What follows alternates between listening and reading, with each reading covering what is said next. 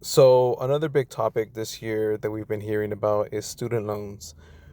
We have new policies coming in where if you defaulted on your loan, they want their money back, and they're willing to garnish your paychecks, your taxes, and basically any way they can just to get their money back. And we have a lot, a lot of people basically trying to find loopholes to how to evade this, get around it, even I guess basically dispute it. And it's honestly, I'm so glad I don't have a student debt, and it's crazy to even see the numbers that some of these people owe. And I get it, there's a lot of these careers that they do, require a lot of schooling, but I also know there's also those, those classes where it's like, why do I need a upper class art class or an upper class elective? Like, it doesn't make any sense.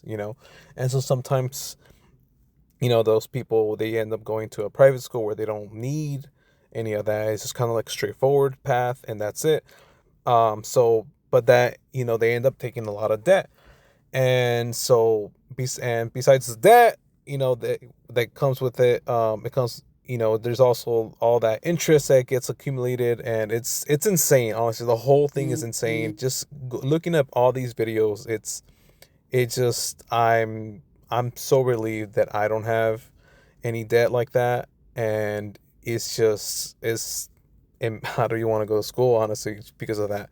It's insane. But let's check out some of these videos.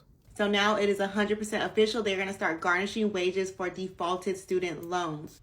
I'm getting this information directly from studentaid.gov, and it says that they can take up to 15% of your paycheck and they do not need any permission. All they have to do is send you a 30-day notice letting you know exactly what they're going to do, but they don't need any court order, permission, or anything. They have the right to just take that money from you. So during COVID, there was a pause on all the student loan payments. That has now ended, which has caused a lot of people to receive late payments, which now is putting people in a default status. So if you are somebody who is default on your student loans, definitely contact them so you can make arrangements so that way they're not freezing your bank account or snatching your paycheck from you. And if you have defaulted student loans on your credit report, definitely dispute them so they're off your credit report. Just because they're off your credit report does not mean you're not financially responsible for them. However, them coming off your credit report allows you to move forward, to get approvals, to get good rates, to get credit cards, loans, etc. So you definitely want them off so your file doesn't look so unattractive, and whatever is not on your credit report, you don't have to disclose. So if you are somebody who plans on getting a house, car, whatever,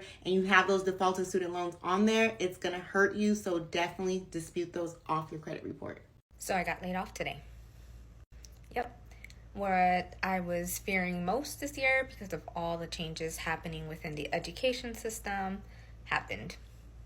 And I made a video about this a couple of weeks ago, talking about how a lot of people within the industry are getting laid off due to federal funding being cut, due to various staff reduction, things of that nature. So anyway, I just thought now that I share my journey now that I have been laid off and now I have to really find a replacement.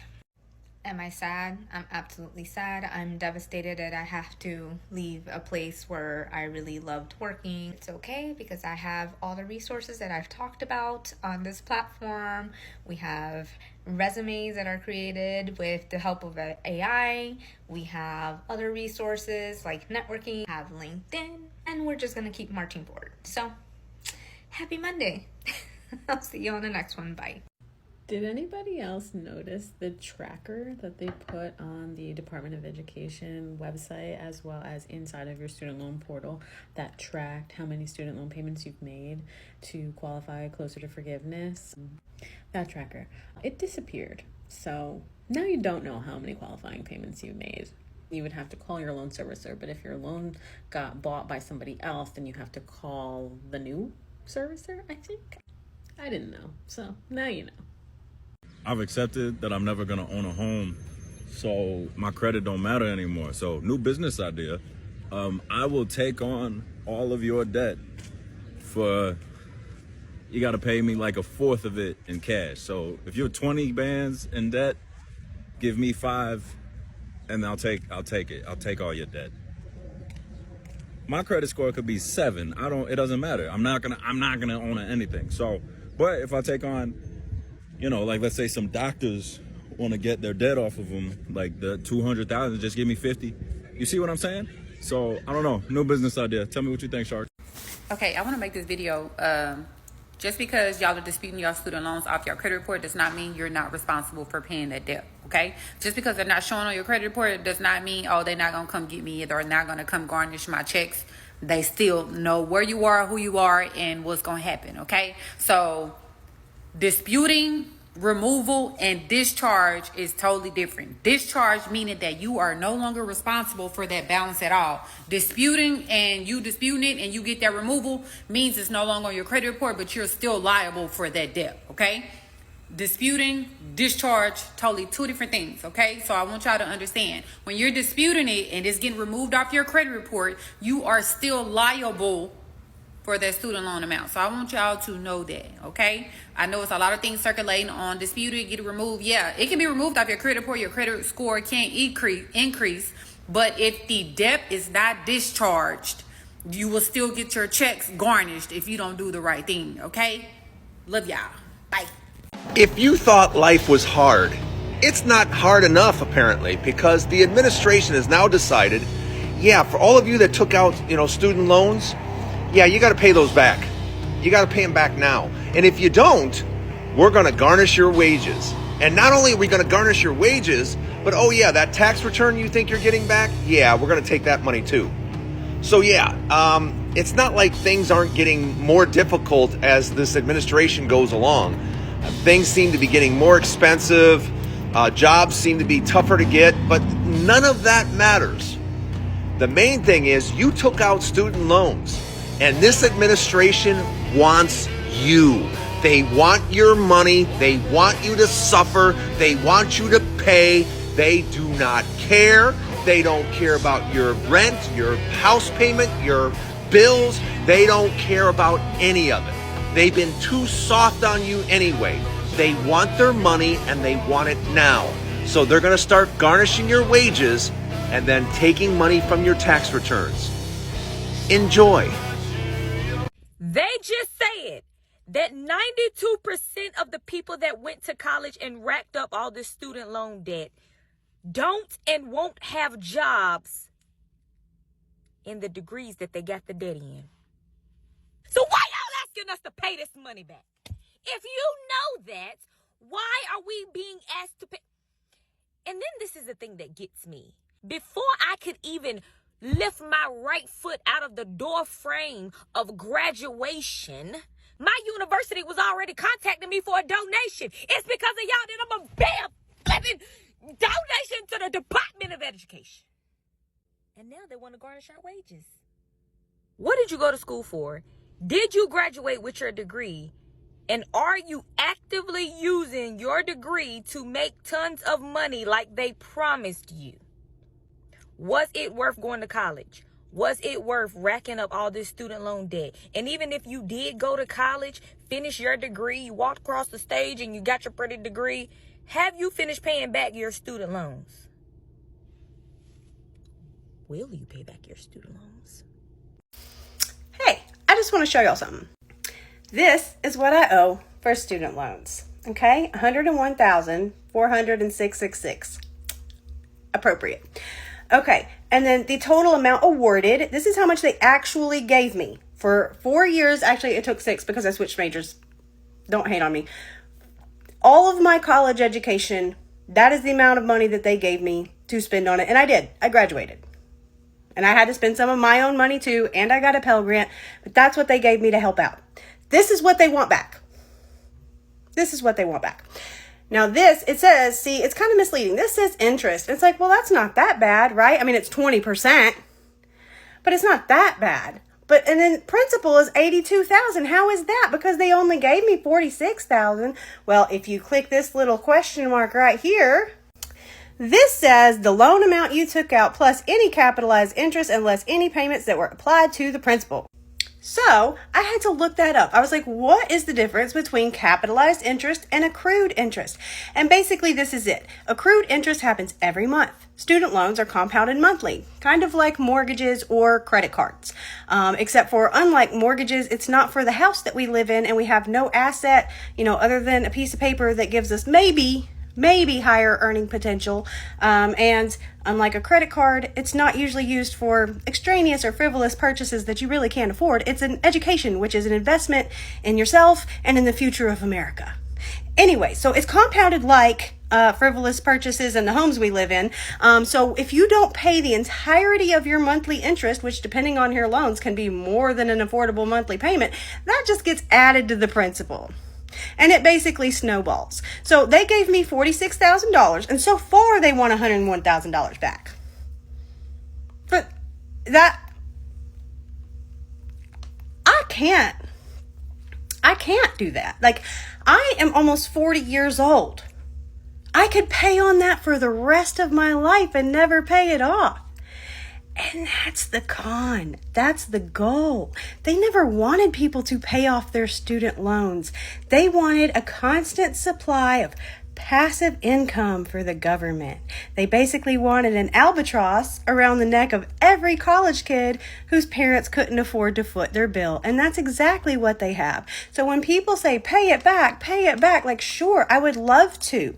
Please let me have a job that will at least pay that much, and I will be happy to return the original amount, as was the deal I was promised by every adult in my life when I was 18 with a not formed prefrontal cortex. My brain was not all the way mature. And everybody else is around me who was saying, go to college. It doesn't matter. Just do what you have to do to get a degree. And I did. And now everybody's like, pay it back. With what? Like, they're firing people all the time. There's layoffs. They downsize the government. So no government jobs. The private sector is cutting back. And what are we supposed to do? Just like quietly starve to death? I mean, probably. That's probably what they would like for us to do. I'm not. Okay, I'm not an expert, but I do care about my finances because I want to be financially literate. So I have a very small amount of student loans, but that's because I have been paying it off throughout my time in college, and I technically don't have to pay it until after I graduate. So I'm going to show you guys like a principal amount of $30,000, which is like how much a person has in debt, with 7% interest rate over 10 years. I'm going to show you guys like different ways like you could beat interest with different amount of monthly payments and how it's calculated. Okay, this is what we're starting off with. We're starting with our principal payment of $30,000. We're going to change this a lot. Interest rate is going to stay consistent at 7%, and then months, that's going to change. So let's figure out how much is actually accumulating every single month. So we're going to do 0.07 divided by 12. Okay, so it's this very long number over here, and what we're going to do is we're going to multiply that by 30,000. We're just going to multiply, and that equals 175. Okay, cool. What is a 175 number? That is how much is accumulating monthly. So every single month you are accumulating $175 in just interest. So basically, if you only make payments of $175 a month, you are literally only touching the interest. You are not touching the principal. And what's the principal? $30,000, meaning you'll literally never pay it off if you make monthly payments of $175. Okay, so how about if we want to actually beat the interest? So this is the formula we're going to use. Trust me, it looks scary, but it's not scary, I promise. I should definitely screen record this, but this will have to do. So our principal is the $30,000 times our rate, but we're not going to do the 7%. We're actually going to do the one that we calculated before, because that's our monthly interest rate, right? Not overall. And we want to beat the monthly, so that's where we're going to use the 0.05, whatever. Okay, I went ahead and plugged up. I'm just going to explain it to you. So our principal, $30,000, the interest rate monthly, that's compounding, that is whatever, anyways. And then 120, because we're doing it over 10 years. So 12 months times 10 years is 120. And yeah, we're just plugging in the same. Over here comes to a number 348 with 99 cents. So that means if you make these monthly payments over 10 years, you're going to end up with a total payment of 41,880 whatever. So basically you're paying $11,888 approximately of interest. Over 10 years, you're going to pay $12,000, right? And the only way to beat the interest is to pay it off quicker. That's just point blank period. And make like higher monthly payments, because obviously like to pay it off quicker, you have to make higher monthly payments. So that, and I know it's not completely attainable for everybody, but that is essentially like what you need to do. So that $175 or whatever, that's like the interest monthly, right? It's at 7%. Pay it off with less interest, you just have to pay it off quicker, which means making higher payments. So yeah, let me know if y'all want more. This is actually kind of fun. I haven't made a video showing math in a long time. Just found out that my estimated student loan debt payoff is in the year 2049. 2049. 2049. Do I have my fiance start planning my funeral today or tomorrow? I just saw someone post that they had the same amount of student loan debt that I do, and they're crying in every video. It's like a compilation of them working their ass off and crying out of exhaustion and defeat. So I have two options here. Well, technically three. 1, work 3 jobs. 2, take myself out. 3, sugar baby, sprinkle, sprinkle. I don't know about you, but only one of those really sounds fun. 1.5. Also, every person I know that has told me not to do sugaring, their parents paid for their college. I will no longer be taking advice from people whose parents paid for their college. Shut up.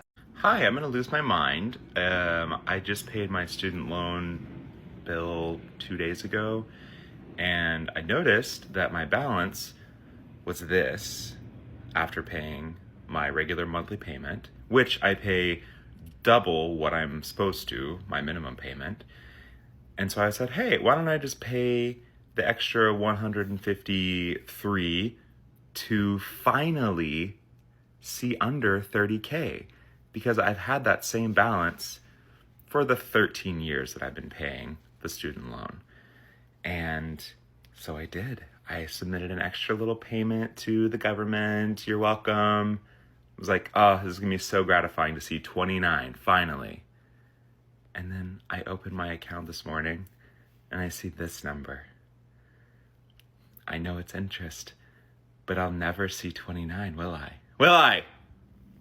Who thinks $7,000 is a reasonable monthly payment amount for student loans? I was completely shocked. I'm a pharmacist. I have student loans. You've probably seen the saga on my TikTok about this. With all of the recent legislation, I just went through StudentGov's website and did some loan simulation. Thank God for income-based repayment, but I just wanted to show how unreasonable it is to have standard repayment only. So in the new proposed bill, there's going to be 2 forms of repayment: standard repayment and the RAP, repayment assistance plan.